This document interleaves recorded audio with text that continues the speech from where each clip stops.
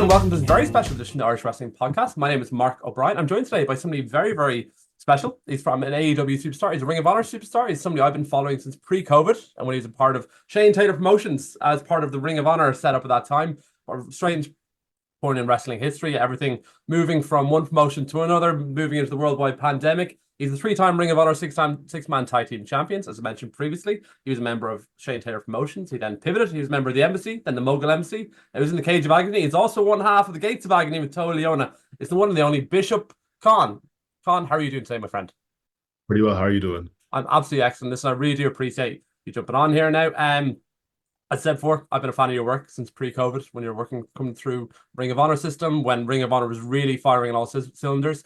You're somebody a lot of people have taken note of over the years. From immediately as soon as you came on the scene, that guy potentially can be a world champion in the future. And listen, you've had a very, almost a meteoric rise for all intents and purposes. You've had a very short run in terms of the wrestling space. You've only been doing this for about 7 to 8 years, as far as I'm aware. For people in this part of the world who may not be as familiar or watch as much wrestling as I do, unfortunately, in this part of the world, maybe give people a bit of background on how you kind of brought into the industry. Oh man. Did like the traditional journey of going to college, grad school. I was, of course, like a lifelong wrestling fan, but my parents are like, hey, you got to go to school first, get your education. That's not a real dream. So after grad school, I was a graphic designer for about 7, 8 years. And then at some point, I just said, I'm tired of doing this. Actually, I think I saw the WWE 24 documentary about Seth Rollins. That day when that came out, goosebumps. And I told my girlfriend at that time, like, yeah, I'm going for this dream. I can't live my life in regret. So I'm going to find the school. I actually found Seth Rollins school, but they're signing up for the next year. So I did apply. Ended up moving to Maryland within like 6 months, signed up at W Maryland Championship Wrestling, and then I was off to the races after that. That's awesome, man. Like, I listen, of somebody, like, you're about 27, 26, 27 when you started your journey, if I'm not mistaken. Like, at somebody Yeah. at that age, you're all, like, I'm 32. So, like, at that stage, you're kind of settled into a career. As I say, you've kind of gone to college, you've done your undergraduate, you're kind of following a path. Like, I used to play a high level rugby, and at the age of 30 decided to give wrestling a go. Obviously, it wasn't a good idea with a broken neck, but I have a huge amount of respect for that. Listen, because there's societal expectations as well. In terms Yep. of you're at a certain age, you're going to progress down a certain path. You're going to keep going this graphic design career. How tough was that? Like, mentally, even expressing that to your girlfriend, your family, and uprooting your life, moving to Maryland. Uh, Telling my girlfriend at the time, I think it was pretty easy. Like I was always a creative person. Like, hey, this is something I wanted to chase, and I'm no longer with this person. But they were like, hey, I mean, go chase your dreams, but I don't think it's really that realistic to you. And I didn't even have an expectation for myself either. I just wanted to do it. Yeah. So it was because of her, she got a job in Maryland, and fortunately, there was a school maybe 30 minutes away. The same thing with my parents. Like, okay, you're gonna go try this thing, but what about? I broke my back when I was like 17 years old, but it never bothered me after that point. But everybody's just like, it's like telling somebody I want to be a rock star. It's some unattainable dream, and I'm like, it's pretty simple. You can sign up at this school. Again, I didn't have expectations. I tell people all the time, I'm very fortunate for my situation. I met the right people in my career, and I just worked my ass off to get to this point.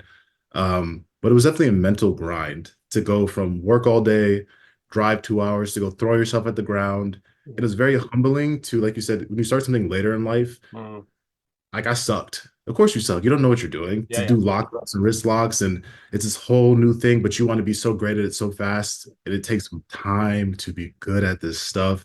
So you have to learn patience. Like you're not going to get it immediately. But I was dedicated. I was going to that school twice a week, 4 hours at a time, going to the gym after that to go work out. Because I told myself, okay, if I'm going to chase this dream, this is what I'm going to do now. All right, at this promotion, I want to win championships. Once I do that, hopefully I can get signed. And then I was just hitting these little milestones. And then fortunately meeting Joey Mercury, who was like, hey, come to ROH. We're going to have this dojo. And signing there was just surreal. I didn't even know what Ring of Honor was like 2 years prior to that. Yeah. And I'm like, oh, wait, I'm on TV. Like, I can be on TV, and then I'm on TV. Yeah. And people are just like, wow, he's actually accomplishing his dream. Like, that's not, you don't really hear people doing that. It's like so surreal. Yeah, doing something like that, particularly in later in life, it can give you a better appreciation. Like I went back to, I did an MBA this past year, personally in my own life.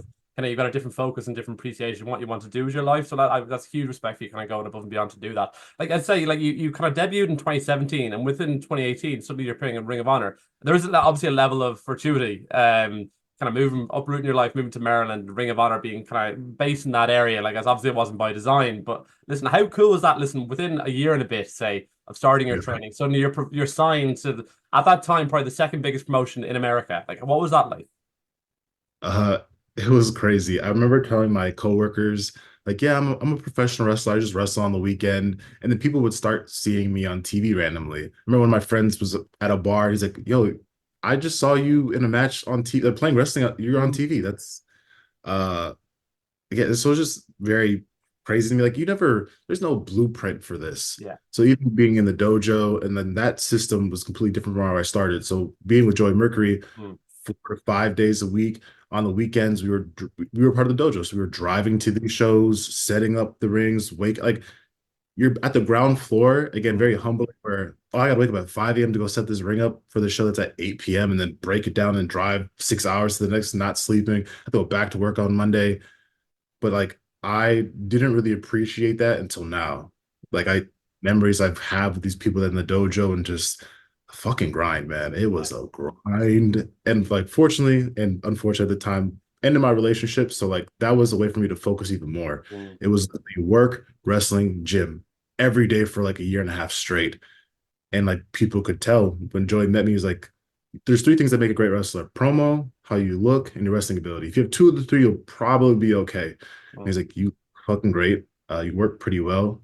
Promo at that time was not that great, but I can teach you that. So I was in the system where this guy who literally helped book Undertaker versus like Roman was Mm. teaching us this WWE system, teaching us how to work production, how to wrestle in front of cameras. He'd make us sit in gorilla, literally had a front row seat to like this genius. Yeah. And like he just taught me everything. I just soaked in as much as I could. Yeah, I mean, like the way you've articulated that in terms of like gym, work, wrestling, like on paper, that like sounds like a dream to a lot of people. You know what I mean? Like that's a lot of people quite enjoy that kind of regimented. Me in particular, I enjoy that kind of regimented. I'm gonna get up, I'm gonna do this, this, and this. I don't have to worry about anything now. It's gonna doing things I enjoy. Particularly, you're also working in graphic designs. I mean, in that type of line of work, that's something you must enjoy as Yeah. well. But as you mentioned there, you kind of Joey Mercury working with the dojo, and he's coming off his WWE run where he's famously been working with the Shield. He's obviously working Yep. with Undertaker. You touched on there, like obviously he's been able to upskill you in being used to working production and like that TV style.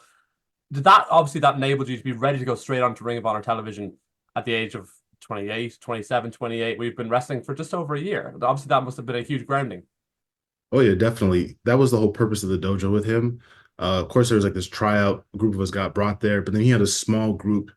Basically, like he was like our Dusty, the people at NXT, where we would come in earlier in the day. So like for people that had shoot jobs, somehow I finessed getting out at 2 o'clock in the afternoon to go drive to this dojo, and we would literally just sit there and like have skull sessions. Nice. He's like, hey, I tell people now too, like whenever you see that red light for whatever cameras you're looking at, that means that camera's on you. So he's like, people pay money to look at your face, so this is what we have to be focused on. But again, he was just all the stuff that he knew, or from the people that he learned from, like Fit Finley, like the very small, like minuscule details in wrestling, registering moves, what things actually hurt, make it realistic as possible. Like he just instilled this mentality, especially for me. Like I have this air about myself that so many people belong on the other side of that guardrail. Like I did not kill myself for X amount of time to think that you can just sign up and do this. Yeah. Like I've given my life to this, and being taught by this guy who's loved and appreciate the old school way of wrestling, like I feel like I'm just so much further above everybody because of him, because he has all this experience and he just gave it to us. That's awesome. That's incredible. Like, listen, you talked about kind of the stroke of luck, you kind of unfortunate, but moving to Maryland through happenstance and circumstance and kind of these things coming that way. But it was a funny time in terms of you're being Ring of Honor. You're kind of coming in the ground level where it's as hot as Mhm. anything. And then a year later, AEW pops up. Then a year after that, suddenly the world kind of shuts down. What was that It was like? I mean, it's being so fresh into the business or green, as people would call it. But at the same time, everything's changing constantly. Like from hottest thing in the world to suddenly being number three, then COVID comes along. All the while you're still progressing, but like you're suddenly wrestling in front of nobody. Like, what was that like in terms of your experience? it was crazy. Yeah. And I was just talking to my friend about this earlier today, Shanti the Adonis. No one taught us like the business aspects of wrestling. And then again, there's like no blueprint. So when Moses and I first debuted in ROH, like we didn't know that we could pitch ideas. We just kind of showed up and like, hey, whatever you hand us, that's what we're gonna do, and that's our opportunity. So we would like do random tag matches, but there was never really a fit for us.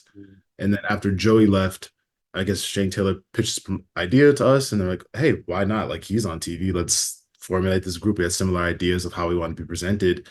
And even though the world shut down with the pandemic, that was like a blessing in disguise for us. because a lot of people couldn't come back over to the US. So they had to use the talent. And we were already in Maryland. We were doing all the filming in Maryland. It's like, cool, we have this dojo, we have people already here. Let's introduce these new characters. And we got to wrestle almost every single TV taping, Yeah. which got to work with the Briscoes, got to work with Bandito, Dragon Lee, Kenny, like the top dudes at this company. So I got to be in there with greats, but then in front of no crowd. So like you're getting Mm, all this experience, but there's no crowd. So that's kind of weird. But we were doing it at the dojo anyway. We would have to have practice matches in front of the coaches. So I was like, oh, we're used to this. We have to always use our imagination that the people are out there. And then I remember the last show where I saw the Bucks, Cody, I think Kazarian, Scorpio Sky. I met them for the first time, and then they were gone. And yeah. then AEW starts. And I don't know, I love the pandemic era. That was so great for me and beneficial for me. I got to learn so much. I didn't have to travel. It was Mm, right down the road. Again, I got to wrestle so many people. And fortunately, too, for us, if there ever was a mishap, you could probably do it over. yeah. So that was a great time for me. Seeing AEW was like mind blowing. Like, oh my God, there's this whole other company now that possibility that rivals WWE. That's insane. You never thought that would happen again. Yeah, yeah. No, listen, you Yeah. kind of touched on there, like when you kind of came through Shane Taylor Promotions, obviously becoming a Ring of Honor six-man tag team champion yourself and Moses. But like not long after that, suddenly Ring of Honor has to step away. Obviously, there's financial dependencies through COVID not being able to sell tickets and whatnot, but Ring of Honor are very honorable in terms of continuing to pay their talent. When Ring of Honor then relaunched, I was fortunately at that show in Dallas, in Super Card of Honor in 2022. What was that like? Suddenly you're being brought back and like, right, you're with Tully Blanchard Enterprises. You're going to Yeah. be represented like another. Sorry, I didn't touch that. Another enterprise at the start of this show. But like, what was that like? Suddenly you're going to pivot into something entirely new. It's a new production team. It's a new setup, new kind of lease of life. What was that like for you? Again, like you're again emerging from COVID as such. It was weird. Like the way that ROH ended at that time, of course, with the Zoom call and like, hey, this thing is done. We have final battle. And then we were still in the contract. So fortunately, I was getting paid. Again, still, I had my shoot job. So like I was doing all right. Then I got out of my deal because I knew some people from AEW that were reaching out to me. So it's like, hey, I don't want to wait till my deal's done. Let me get out of this. Then to see AEW buy Ring of Honor, I thought when I got signed to AEW, I was going to be like evolving into the next step. I already looked at AEW as like a next step above Ring of Honor. Then to kind of re-debut there, and I already had all this history that really wasn't ever acknowledged. Yeah. And then you put in a new tag team when I already had a tag team and a new group. It's just like, might as well just change. I should have changed my name too. Like, Yeah, yeah, yeah. it's very strange for me because I'm like, people need to acknowledge that I've already won this title. Why not bring Moses and Shane over at this time? But I'm not the powers that be. Yeah, But totally in that short period of time was amazing. yeah. At that point, I already lived in San Antonio. I got to work with one of the Four Horsemen. Again, I get to work with someone who has all this amazing, like this legacy, this experience in the business that's just teaching me. So it's like, hey, Toa, we got the guy right here is one of the greatest taxes of all time.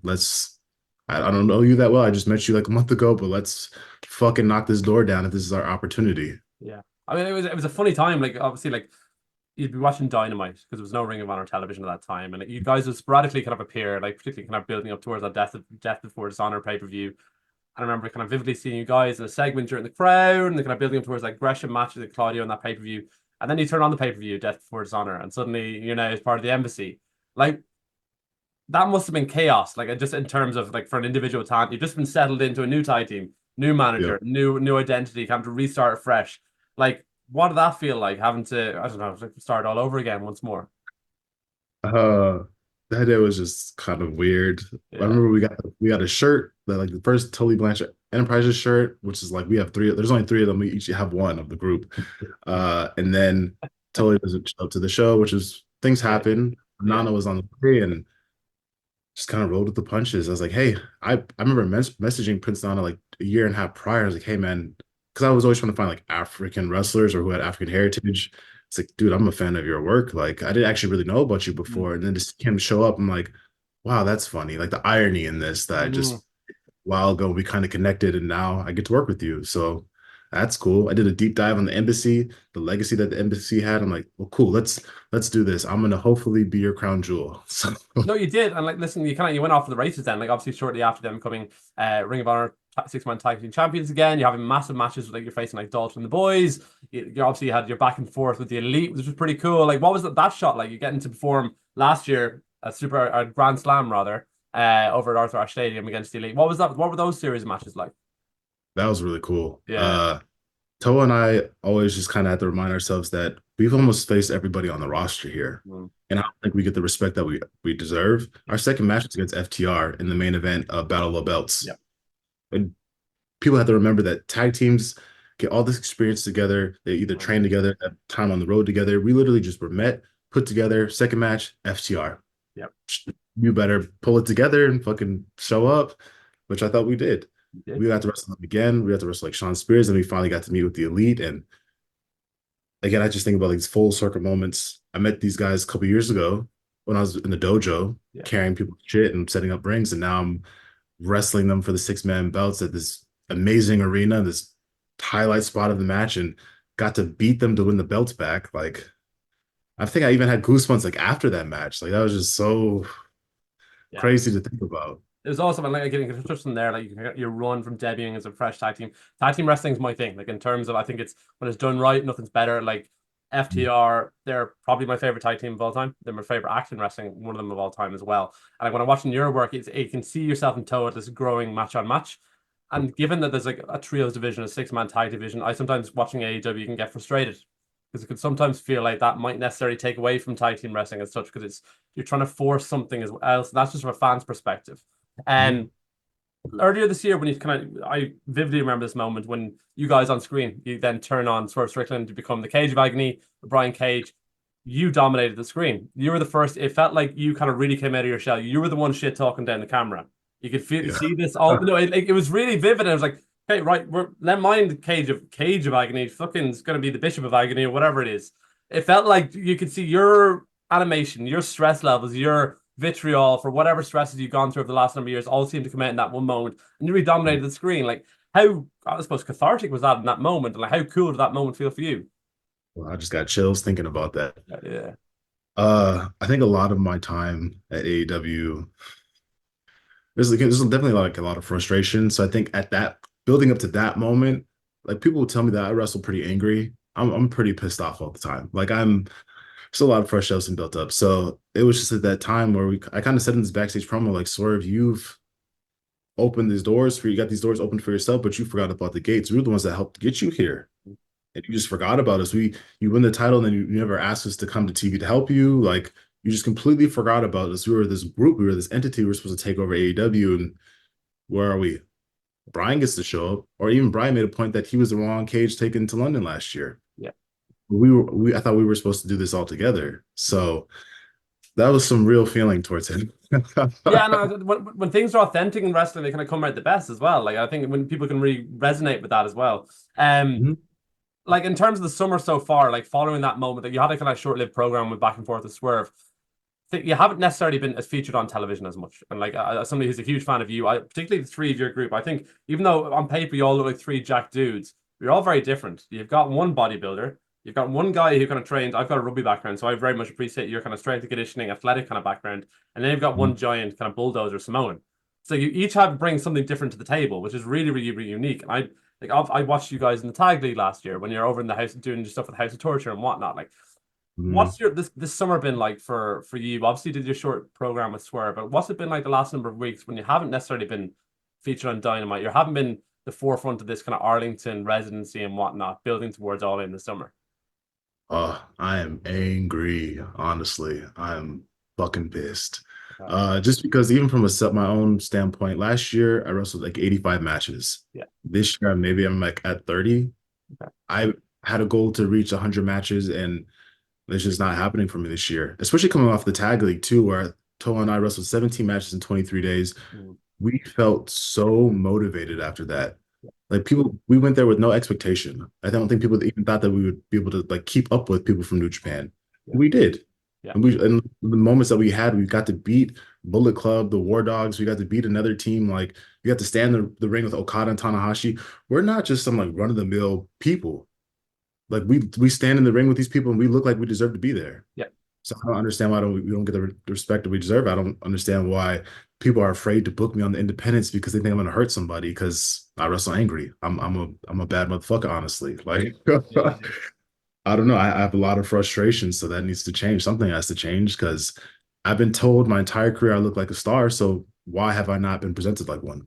Yeah, and I suppose like obviously wrestling is a very singular endeavor. Like being part of a team can sometimes contradict that. Like you talked about when Swerve gets presented these opportunities as world champion, you guys may be frustrated you're not necessarily brought along. But like again, it's a singular sport as well. So it does have that kind of contradiction being part of a team. You gave a really cool interview a while ago, like being a lot with the supplement company Ladder, and you're obviously being a ladder athlete. You're talking about like how important it is for you to bring the passion to what you do in ring, and it really does come across bringing authenticity and protecting the business. In terms of an ethos, like is that respected within AEW in terms of what you're doing is trying to appear to be legit rather than kind of, I suppose, doing something that might come across contrived. Some quarters might perceive as, but like, what I see you in ring, I very much see this as you say yourself. This is somebody who can beat the piss out of me, and you want that from a wrestling. Do you know what I mean? Like that's kind of what you want. You don't want that's what wrestling Yeah. should be, in my view, to a degree. Well, then you look at other tag teams in wrestling. Look at FTR; they look fucking furious half the time. Yep. I mean, so why is there a double standard there in your view? I think so. Right. Uh, we from everybody that we have ever wrestled, they greatly respect the work, Yeah, and even like the vets like Dustin, Billy Gunn pulling aside like Jerry Lynn, like you guys look fucking great. yeah, You guys look like badass mm, tag team who should be dominating everybody. Because look at you, nobody here looks like you guys. You can tell that the work that you put in. So it's weird when it doesn't like translate. yeah, Uh, and again, I grew up off the era probably same as you. I grew up off of Triple H, Eddie Guerrero, Benoit, Angle, Lesnar, like these people that it looked so real. yeah, You yeah, have to be invested in the work yeah. because it probably was real. Yeah, like you said, it's the passion. You can Mm. believe it, and that's what I want people to feel when they see me on screen. If I don't get to cut promos or do whatever, hopefully you can see the physicality where you're like that. That's like you believe it. He Yep. looks like a star. He looks like a stud. Like damn, I don't want to be in the ring with him. Yeah, and 100%. The way you train obviously is reflecting. You're kind of putting out content recently, be it around your Yeah, diet, your training as well. But like again, like I've touched this before. I have a rugby background, so I've doing kind of bodybuilding training would make me want to get sick. Just in terms of it, that I couldn't possibly stomach thinking of doing that kind of stuff. But like the way you train as an athlete, that kind of first step explosion, that's the type of thing I think. Okay, that's what I want to see. I want to see somebody getting from the deck and kind of going from 0 to 100 and taking somebody's head off. That's what kind of really stands out to me when I'm watching wrestling. I like listen.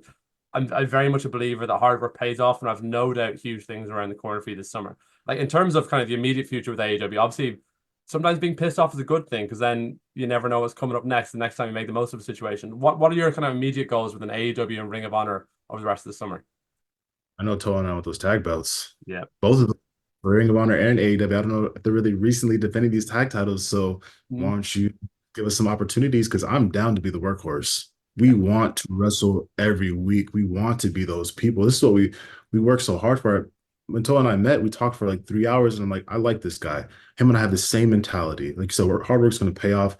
I know that when we're not being used, we're both probably pulling two-a-days. I wake up, train in the morning, wrestling training at night. Like I'm ready for whenever there's opportunity and then get the opportunity. And that's why we knock it out the park. I always look at Twitter and stuff, and people are like, these guys look fucking awesome. Why aren't they not on TV? These guys look like stars. They knock it out of the park every time.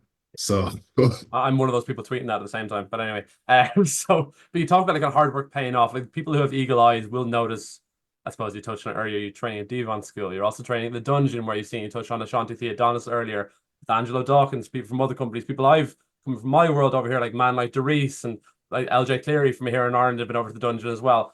Like I'm a huge believer again, as I say, hard work pays off. But what's it like to kind of turn around, kind of doing those two-a-days, going to these different schools, kind of getting these different perspectives? uh at first it was definitely nerve-wracking to go there. First time I met Natty and TJ, I'm like, wow, I watch you guys on TV all the time. Because I think there's a certain expectation. Like I like going there because I know that the standard of work is either gonna be at the same as me or above. Because like even David Finley would be there. Yeah. And I'm like, okay, now I get to train with people that are better than me, that are forcing me to carry my weight, pull my weight up. Yeah. So, and then it's very cool to hear them compliment my work. Okay, Mm-hmm. so that the stuff that I've done and I've learned over the years, Mm-hmm. it's the stuff that makes superstars. Mm-hmm. But then again, I go to different schools just to also get different perspectives from people. Devon Dudley teaches different than Natty and TJ. So then I got to do like a match on the fly, which a lot of people don't know or what that is. Like, let's go wrestle for 10 minutes and do this right here in the ring without calling anything. And I was taught that by Joey. And I think I impress people that way. Like, oh, you're like a ring general. I want to be known as that too when I'm in the business. Like, I have the confidence to do that and to make people look good too. So as long as I keep training with people that have been to the mountaintop and can help give me that knowledge, I just want to keep getting better. And I listen, every time you appear on screen, you're getting better and better by the week as well. And when you do get it presented on television, like I have huge hopes for you guys as a Thai team. I think AEW, certainly when FTR seem to be around, there seems to be some sort of a renewed focus on Thai team wrestling generally. When they seem to be away, it seems to fall by the wayside. So I'm really hoping, particularly this Arlington residency, be it by the end of the summer or whatnot, those Ring of Honor Tag Team titles in particular will be defended because they don't seem to have been defended for some time. And in particular, I think you guys will be the natural selection to kind of be up and against the kingdom as such. Do you have, for people in this part of the world, do you have any projects or any kind of appearances that are coming up in the next coming months people can keep an eye out for, aside from Ring of Honor and your AW, obviously week to week appearances? I should have a couple indie shows in Maryland Championship Wrestling. I'm going back home to MCW. I believe I'll be challenging for the heavyweight title at some point.